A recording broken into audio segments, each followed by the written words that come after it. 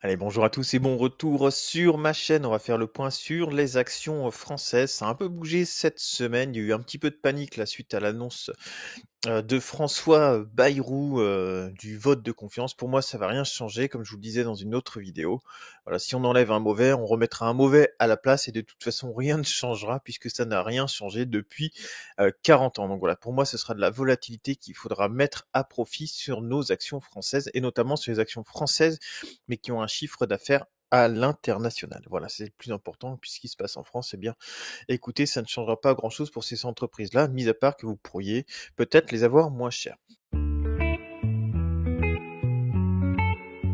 Allez, on va commencer par ADP. Et je te rappelle que si tu veux avoir exactement les mêmes courbes que moi, dans la playlist tutoriel de la chaîne, tu trouveras comment configurer tous ces graphiques-là. C'est entièrement gratuit. ProRealTime, la version web, est entièrement gratuite. Et puis tu pourras suivre, comme moi, au fur et à mesure des semaines, l'évolution des actions françaises. Ou internationales, bien sûr. Alors, ADP, bon bah voilà, rejet sous la moyenne mobile 200. On avait réussi à casser l'oblique, et puis finalement, vous voyez, on casse cet oblique-là, l'oblique baissière, et puis derrière, bah patatras, un petit coup de Bayrou, et puis c'est rejeté sous la moyenne mobile 200. Donc tant qu'on est sous la moyenne mobile 200, pour moi, il faut pas trop acheter ADP. Air Liquide, correction. Voilà, bon, Air Liquide, c'est toujours tranquille, hein, ça n'a pas trop subi les annonces. Voilà, on est sur la zone de neutralité, on est au-dessus de la ligne de signal, pour le moment c'est bon.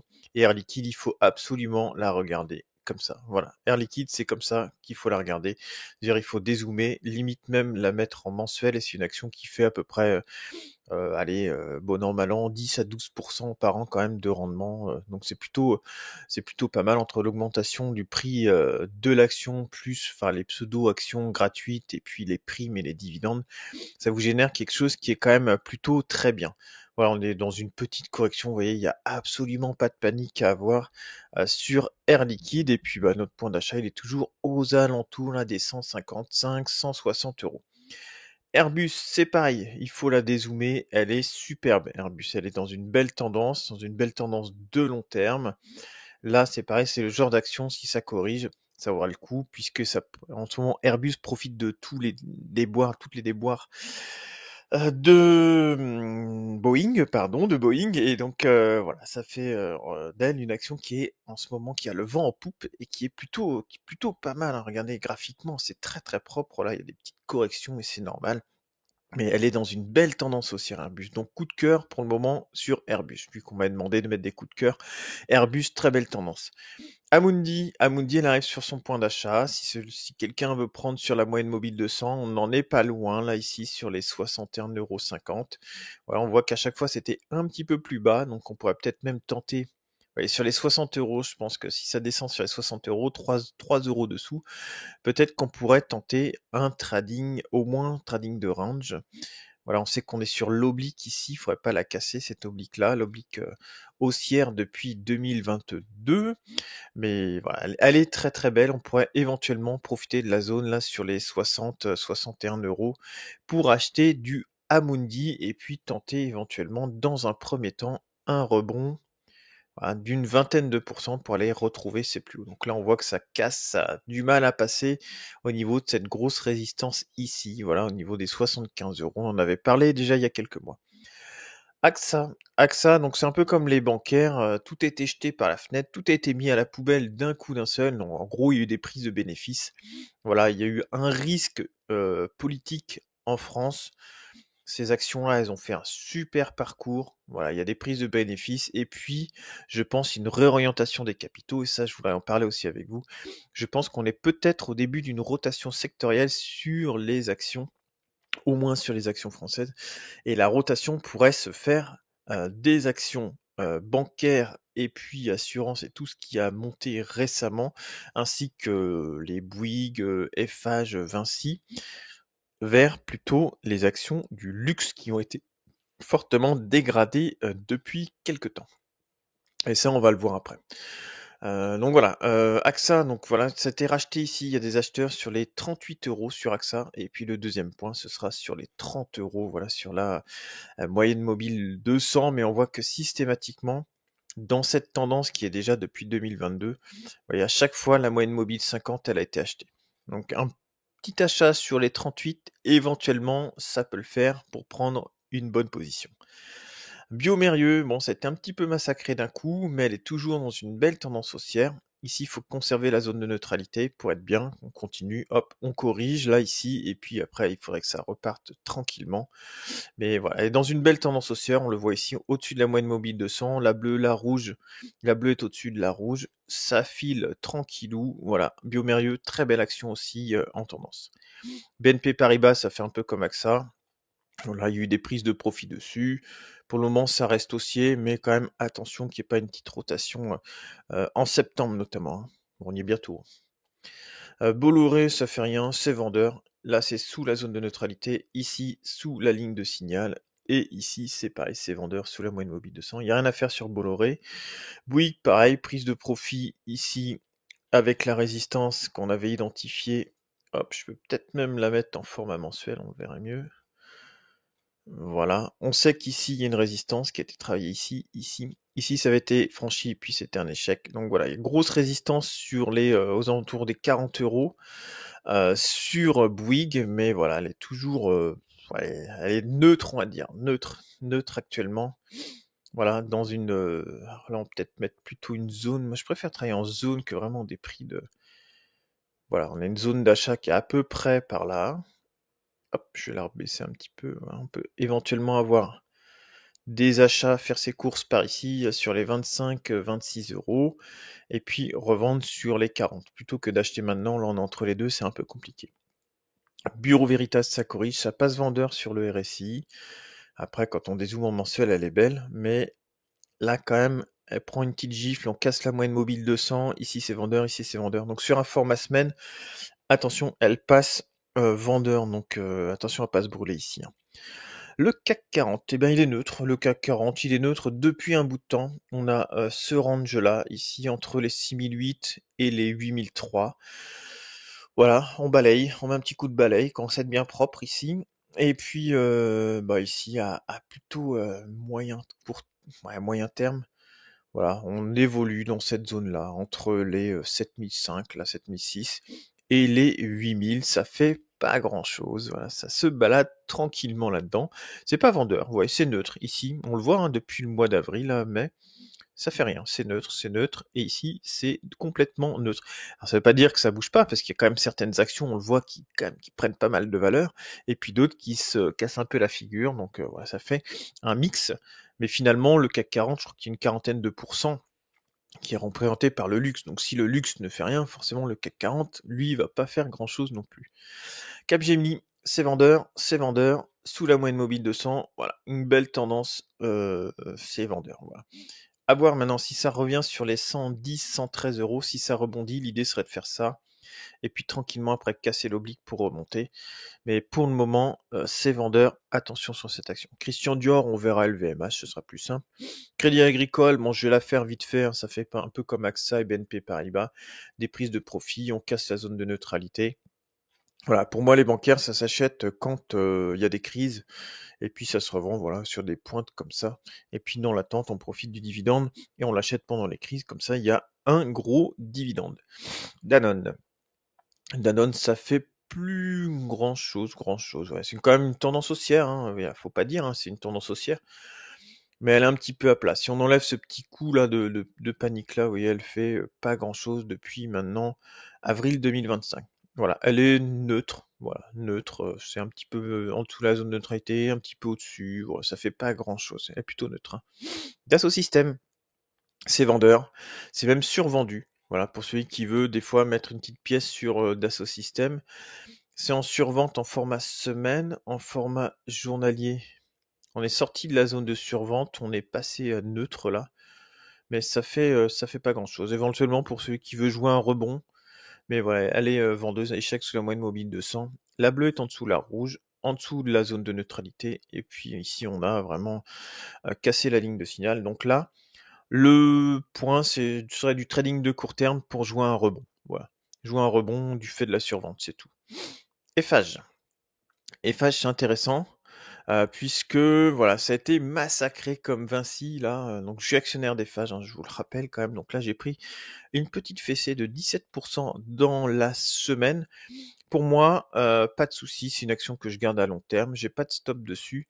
On peut voir que là, aux alentours des 105 là, on commence à arriver sur la moyenne mobile 50, entre 102 et 105. Pour moi, voilà, ça peut le faire. On va regarder un format journalier. On est passé, vous voyez, de surachat le 15 août à grosse survente, on a un récit de 20, 22 là, 21, on est descendu à 21 en RSI, vous voyez. Et là, pouf, moyenne mobile 200. Donc tant qu'on garde la moyenne mobile 200, celui qui veut tenter un rebond, là, prendre sur la moyenne mobile 200 et puis tenter ici un petit 13% là pour revenir sur les 120, ça peut le faire. Ça peut le faire. Et puis mettre un stop sous la moyenne mobile 200. Là, vous jouez, mettons ici, hop, sur du court terme. Même si vous allez un petit peu large là. Ouais, vous pouvez mettre sur les sous 100 euros. Voilà, vous risquez 5% pour un gain potentiel, voilà, de, on va dire, éventuellement si on arrive là, 12%. Ouais, ça fait un ratio de 2, ce qui est plutôt pas mal. 2, 2,5, c'est pas mal. Et puis sachant que là, il y a une grosse survente. Donc éventuellement, celui qui veut faire du trading de rebond technique, ça peut le faire. Après, elle a pris quand même une bonne gifle, hein, mais les résultats sont pas mauvais. J'ai regardé, c'est pas mauvais, c'est normal, quoi, des résultats qui sont normaux. Voilà, je pense que c'est un petit peu un petit coup d'élastique. Je pense que c'était tiré un petit peu vers le bas. Ça va remonter et puis, vous voyez, ça va peut-être revenir sur les 115. On est monté très vite, très fort. On est redescendu aussi vite. Voilà, on monte par les escaliers et on descend par la fenêtre. Voilà, c'est un peu ça. C'est un peu ça ce qui s'est passé. Mais ouais, c'est toujours pas mal. Après, il y a la moyenne mobile 200 semaines qui sera aux environs des 97 euros. Puis voilà, moi, ça, c'est ma zone d'achat sur les 80 euros. Peut-être qu'on va retourner dans ce range-là finalement. Et voilà, ça peut être une première position pour ceux qui veulent jouer sur du format court terme. NJ, donc là on a fait échec sous cette résistance-là, voilà, qu'on avait matérialisé. Voilà, il y a des prises de profit. Maintenant on va voir si on revient sur celle-ci. Voilà, si ça revient sur les 16,50, ça peut le faire. Et puis après, voir si ça fait pas un petit coup dans le range comme ça. Puis s'il y a une panique, je pense que sur septembre, on pourrait redescendre, peut-être même sur les 14 euros. Pourquoi pas, si tout est un petit peu emporté. Alors ici, c'est vendeur, ici, c'est pas vendeur. Voilà, donc on n'a pas 3 signaux de vente. Pour le moment, c'est une petite correction. Et Silor, elle est pas mal, et Silor, vous voyez, ici, elle subit pas trop la baisse, là, pour le moment, par rapport aux autres, et Silor. Elle est plutôt pas mal. On avait matérialisé peut-être un schéma comme ça. Vous voyez, c'est tombé pile dessus. Bon, c'est plus de la chance qu'autre chose, hein, parce que quand je trace, c'est vraiment, c'est à la louche, c'est pour faire voir un petit peu ce que ça peut faire. Mais voilà, ça monte, ça corrige un peu, puis ça repart. Voilà, elle est belle. C'est acheteur, donc Essilor, elle est plutôt bien. Ensuite, deuxième chouchoute du moment, il y a, alors c'est pas Eurofins, ce sera Euronext après. Eurofins, c'est plutôt pas mal aussi, oui, on a une belle tendance haussière. Il faudrait qu'on conserve la moyenne mobile 200 pour être bien. Il faudrait la conserver, cette moyenne mobile. Il serait bien qu'on clôture sur les 65, là, ce serait pas mal. Pour se redonner un petit peu d'élan. Formation, elle commence à être bien. Vous voyez, on est sur la moyenne mobile 200. Si c'est acheteur, mais on voit qu'il y a un petit peu de perte de vitesse. Donc, il faudrait quand même pas qu'elle repasse sous la moyenne mobile 200. Je pense qu'il faudra attendre une confirmation quand même. Puisque là, vous voyez, ça casse la zone de neutralité. Ici, on est au-dessus de la ligne de signal. Mais voilà, le point d'achat, il était là, hein. Il était sur les 52. Et puis là, il n'y a toujours pas de signal de vente tant que la bleue n'a pas croisé la rouge. Donc Eurofins, voilà, on peut peut-être attendre un peu. Euronext, ça, c'est celle que j'aime bien. Euronext, voilà, deuxième coup de cœur. Voilà, c'est une action, vous voyez, elle monte. Là, elle a fait un gros surachat. Elle corrige son surachat ici. On voit que ça revient vers la zone de neutralité. La MACD, elle revient tranquillement vers sa ligne de signal. Et là, on est encore large hein, sur avant la ligne de signal. Hein. On est entre 4 et 6, là, c'est pas mal. Mais vous voyez, ça corrige, mais à plat. Ça corrige pas comme on a pu voir sur d'autres actions, une grosse correction d'un coup, moins 20% avant de repartir. Ça corrige à plat. Elle est en train de refroidir. Le moteur a chauffé tellement elle est montée. Et elle est en train de refroidir tranquillement, reprendre un petit peu d'énergie. Pour ma part, je pense que c'est ça. Parce qu'il y a de plus en plus de flux, je trouve, qui vont vers la bourse. Et c'est plutôt pas mal. Et ce qu'on peut voir, c'est que voilà, consolidation à plat, ici on est sous... En journalier, c'est pas top, hein, elle peut encore corriger, elle peut encore aller un petit peu sur la droite. Pendant quelques semaines, de façon à arriver, je vois peut-être mi-septembre, là, fin septembre. à reprendre un petit peu d'énergie. Et ouais, c'est une action qui monte, elle fait un plat, elle monte, elle fait un plat, elle monte, elle fait un plat, elle monte, elle fait un plat, elle monte, elle fait un plat. Sauf que là, elle a beaucoup, beaucoup monté. Donc peut-être qu'elle fera un plat beaucoup plus grand que par rapport à d'habitude. Mais voilà, cette action-là, très très bien. Ensuite, on a Hermès. Donc Hermès, ça fait plus grand-chose, hein. On fait en sort la semaine, c'est vendeur. Ici, c'est vendeur, c'est pas survendu pour le moment. Voilà, ça corrige tranquillement. Si on revenait vers la moyenne mobile 200, vers les 1 900 €, ce serait plutôt bien, plutôt sain sur cette action. Très belle action, hein, de qualité, mais voilà, elle marque un petit peu le pas en ce moment. Kering. Alors Kering, il va falloir peut-être la mettre dans une watchlist, hein, puisque regardez, en format journalier, c'est pas mal. Grosse descente, on reprend la moyenne mobile 200 ici, on a la bleue au-dessus de la rouge, tranquillou. Grosse survente ici. Voilà, donc ceux qui avaient joué ici, le gros point de survente, il fait déjà 54%, donc c'est plutôt pas mal. Et puis ça remonte tranquillement. Voilà, donc on est peut-être sur un changement de tendance, mais sur du trading de court terme, pas vraiment sur du moyen ou long terme, hein, puisque les résultats ne sont toujours pas là. Là, c'est l'effet d'annonce du nouveau PDG, mais les résultats ne sont toujours pas là. Et puis là, on peut voir, ça commence, on reprend la zone de neutralité, on va commencer à reprendre la ligne de signal tranquillement, là, dans quelques semaines, si ça marche toujours sur Kering. Et donc, voilà, ça peut être pas mal. Mais là, en format semaine, vous voyez, on n'a toujours pas la bleue qui est au-dessus de la rouge, donc pour moi, ce serait anticiper un peu. Voilà, ça, c'est trading de court terme, donc avec un stop, bien sûr, à prendre éventuellement, celui qui veut. Trading de moyen terme, c'est trop tôt, et sur du long terme, hop là, format mensuel, ouais, on est sous la moyenne mobile 200, mais ça commence à être pas mal, voilà. Là, c'est quand même du très long terme, hein. On est depuis 99, hein. Allez, je rezoome un petit peu. Ici, vous voyez, grosse phase de baisse, ici, grosse phase de baisse, grosse phase de baisse. Et là, on commence à avoir un petit peu de vert. Donc ça peut le faire. Ça fait un peu comme Cointreau. J'ai acheté Cointreau un peu sur cette configuration-là, où il y a eu 2 fois la cuvette ici, là, sur le RSI, sur la zone de survente, et derrière, ça rebondit. Dans un premier temps, ça peut rebondir vers les 300, hein, ça peut être pas mal déjà. Ça fera un beau gain. Donc Kering à regarder, hein, mais pour le moment, c'est du spéculatif. Le grand, elle est belle, hein. Regardez en format mensuel. Elle est belle, en surachat, mais par contre, ça part bien le grand. Format semaine, c'est pareil, hein. Vous voyez, elle subit pas trop les pertes, elle est en surachat, mais elle est toujours bien. Voilà, ça serait acheté sur repli sur cette action-là, mais dans une superbe tendance. Un coup de cœur aussi sur le grand. Et vous avez plus de chances de faire des gains sur les actions haussières que sur les actions baissières, hein. Ça, il faut toujours le rappeler. L'Oréal, pareil. Je la trouve bien, L'Oréal. Elle commence à être bien en format semaine. On a repris la ligne de signal, repris la zone de neutralité, repris la moyenne mobile 200. Voilà, c'est propre. Ça me semble être parti dans des bons. Ça me semble être parti pour faire quelque chose de pas mal. Ici, c'est acheteur ici. Ouais, c'est pas mal, c'est pas mal. Elle est bien. L'Oréal est pas mal. Elle était neutre ici quand même. Elle a fait un peu de cafouillage, mais elle est bien repartie. Donc L'Oréal, ça pourrait être un joli rebond des actions du CAC 40 dans les mois ou dans les semaines à venir, hein. LVMH. Alors LVMH, on n'entend plus du tout parler, mais elle commence à faire quelque chose de bien. On voit ici quand même que sur du format moyen terme, c'est un petit peu trop tôt. On est sous la moyenne mobile 200. Voilà, on n'a pas encore repris la zone de neutralité. Ici, on est sur du rebond suite à une survente. Mais bon, j'avais créé un indicateur. Si vous voulez, d'ailleurs, l'indicateur, je fais la parenthèse, en vous abonnant à la chaîne, là, c'est 1,99 €.